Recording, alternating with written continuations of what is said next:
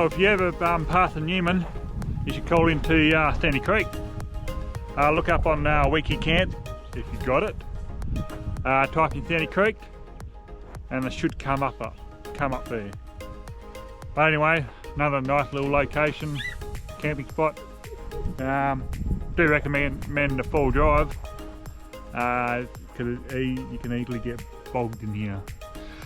But in saying that, I did get in with the 2-drive Hilux.